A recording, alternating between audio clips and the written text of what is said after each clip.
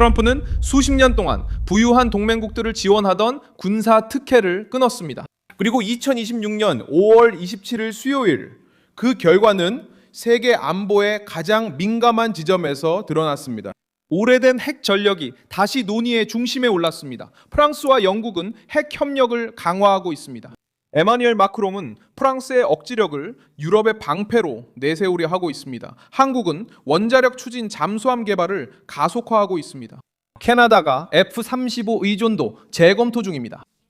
독일은 군사장비 구매를 신속하게 추진하고 있습니다.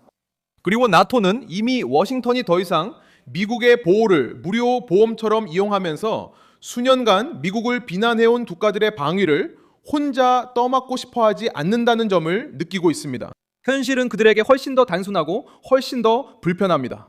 트럼프는 동맹국들에게 스스로 비용을 부담하도록 강요했습니다. 그리고 이제 이 정부들은 자금을 마련하기 위해 분주하게 움직이고 있습니다. 잠수함, 탄약, 중공업, 그리고 핵 억지력까지. 왜냐하면 그들은 멋진 연설만으로는 국경을 지킬 수 없다는 사실을 깨달았기 때문입니다. 이 동맹국들은 그동안 무엇을 숨기고 있었던 걸까요? 왜 트럼프가 지원을 끊자마자 무장에 나섰을까요? 트럼프는 어떻게 요구를 공개 자백으로 바꿨을까요? 지금 그 이야기를 들려드리겠습니다. 이렇게 직설적이고 군더더기 없는 컨텐츠를 좋아하신다면 구독을 고려해보세요. 여기서는 매일 이런 영상을 올리고 있습니다. 대륙에 큰 변화를 가져올 움직임으로 여겨지는 사건입니다. 프랑스는 미국의 안보 우사에 대한 부분적 대안으로 자신을 내세우고 있습니다. 왜냐하면 편안한 의존의 시대가 끝나가고 있다는 것을 알고 있기 때문입니다. 마크롱은 첨단 억제력, 라팔 전투기, 동맹기지, 그리고 다른 유럽 군대와의 협력을 언급합니다. 연설은 거창해 보이지만 사실 단순한 고백을 드러냅니다.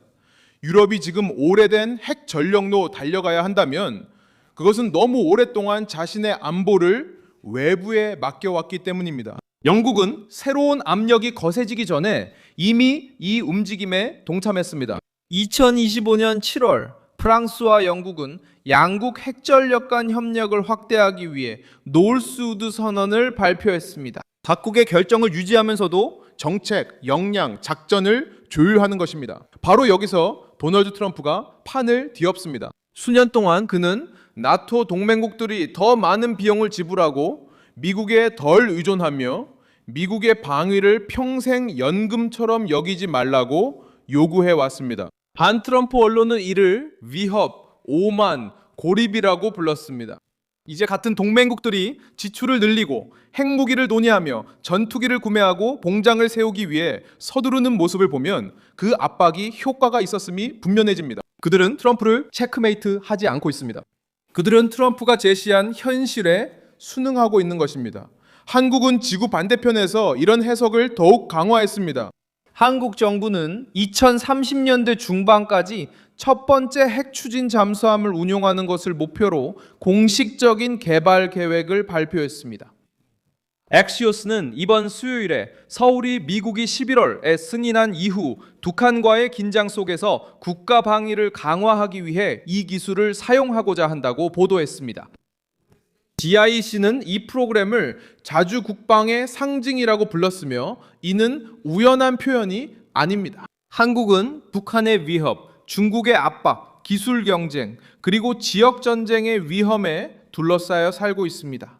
워싱턴의 오랜 동맹국임에도 불구하고 서울은 부유하고 산업화된 선진국이 영원히 미군, 미국 납세자, 그리고 미 해군에만 의존할 수 없다는 점을 이해하게 되었습니다. 트럼프는 항상 부유한 동맹국들이 자신의 방위를 위해 더 많은 비용을 부담해야 한다고 말해왔습니다. 한국이 자국의 조선 산업과 기술력을 활용해 국내에서 핵 잠수함을 건조하기로 결정한 것은 트럼프의 원칙이 요구한 바, 즉 말은 줄이고 더 큰 책임을 지는 것입니다. 캐나다도 그 메시지를 분명히 느꼈습니다. 로이터 통신은 5월 21일 미국이 캐나다와의 상설 방위위원회 참여를 중단했다고 보도했습니다. 워싱턴이 방위비 증액과 88대의 F-35 전투기 구매에 대한 보다 확고한 결정을 요구하는 가운데 일어난 일입니다.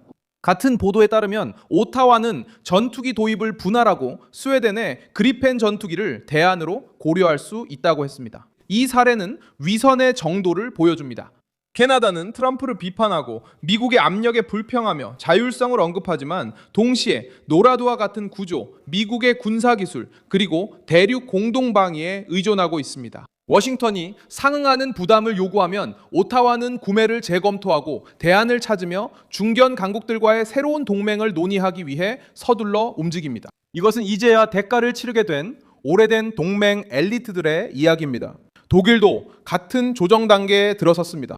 베를린은 군사 구매 기관을 개혁하여 투자를 가속화하고 혁신을 확대하며 유럽 파트너들과의 프로젝트를 개선하고 드론과 같은 기술에 더 많은 비중을 두고 있습니다. 로이터는 5월 20일 이 변화가 수년간의 투자 부족 이후 독일 군대를 재건하려는 더 큰 노력의 일환이라고 보도했습니다.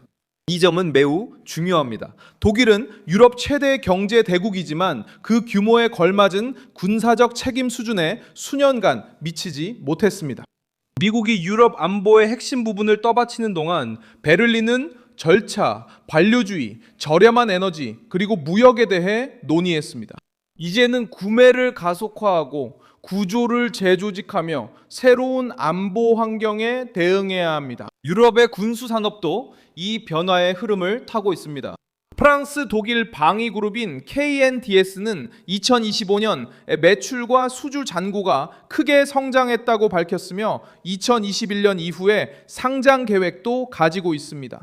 로이터 통신은 유럽의 방위비 지출 증가로 인해 중화기 수요가 늘었다고 보도했습니다. 이 움직임은 유럽이 말뿐이던 투자를 실제로 실행하고 있음을 보여줍니다. 전차, 탄약, 포병, 드론, 지휘체계와 방공 시스템이 다시 결정의 중심에 섰습니다. 민주적 가치에 대한 오래된 이야기는 국경을 지키지도, 군사 기지를 보호하지도, 미사일을 요격하지도, 산업 생산을 대체하지도 못합니다. 트럼프는 동맹국들이 세상을 관료들이 바라는 대로가 아니라 있는 그대로 바라보도록 강요했습니다. 인도는 이런 변화의 또 다른 면을 강화하고 있습니다. 뉴델리는 항공 전문 매체에 따르면 390억 달러로 추정되는 계약을 통해 프랑스에서 114대 전투기 구매를 추진했습니다. 이 사업은 인도 공군을 현대화하고 현지 생산을 확대하는 데 중점을 두고 있습니다. 이 움직임은 단순한 군사 구매가 아닙니다. 이는 주요 국가들이 공급업체를 다양화하고 생산을 국산화하며 취약성을 줄이려 한다는 신호입니다. 인도에게 이것은 전략적 자율성입니다. 가장 강력한 신호는 위기 상황에서 미 국방부가 나토 동맹국들에게 제공되는 일부 역량을 줄이겠다는 소식과 함께 나왔습니다. 월스트리트 저널은 이번 수요일에 논의된 감축안에는 전략 폭격기, 해군 전력, 공중급유기가 포함된다고 보도했습니다. 이는 더 많은 책임을 유럽에 이전하고 중국에 대응해 태평양 지역에 주의를 집중하려는 전략의 일환입니다. 이것이 변화의 핵심입니다. 미국은 여전히 지구상에서 가장 강력한 군사 강국입니다. 하지만 트럼프는 이제 워싱턴이 모든 것을 제공하고 모든 비용을 부담하며 모든 것을 보호하면서도 자기 역할을 하지 않는 동맹국들에게 악당 취급을 받는 것을 더 이상 받아들이지 않습니다. 덴마크의 총리 매트 프레데릭센도 이 새로운 국면에서 등장합니다. 그녀는 옛 세계가 사라졌거나 빠르게 변했으며 아마도 예전처럼 돌아오지 않을 것이라고 말했습니다. 2026년 1월 사이언스 스포 행사에서 그녀는 현재 유럽이 처한 상황과 새로운 질서에 직면한 적응의 필요성에 대해 이야기했습니다. 그녀의 발언은 유럽 지도자들 사이에서 상황이 현실로 받아들여졌음을 보여줍니다. 예전의 비공식적인 합의는 편안했습니다. 워싱턴은 방위에 큰 부담을 떠안았고 유럽은 외교적 체면을 챙겼으며 언론은 상황이 나빠지면 공화당 대통령들을 비난했습니다. 트럼프는 이 연극을 깨트렸습니다. 이제 동맹국들은 연합, 산업, 준비태세, 군비, 지역 방위에 대해 논의합니다. 무임승차가 드러나면서 어휘가 바뀌었습니다. 핵무기고가 다시 중심이 된 것은 그것이 주권을 가장 강하게 표현하는 언어이기 때문입니다. 저는 밀손 알베스 글로벌입니다. 제 목적은 매일 진실로 여러분께 정확한 정보를 전해드리는 것입니다. 뉴스 링크는 영상 설명란에 있습니다. 이 영상에 좋아요를 눌러주시고 채널을 구독해주세요. 마지막에는 댓글도 확인하셔서 밀손 알베스 커뮤니티와 더욱 활발하게 소통하시기 바랍니다.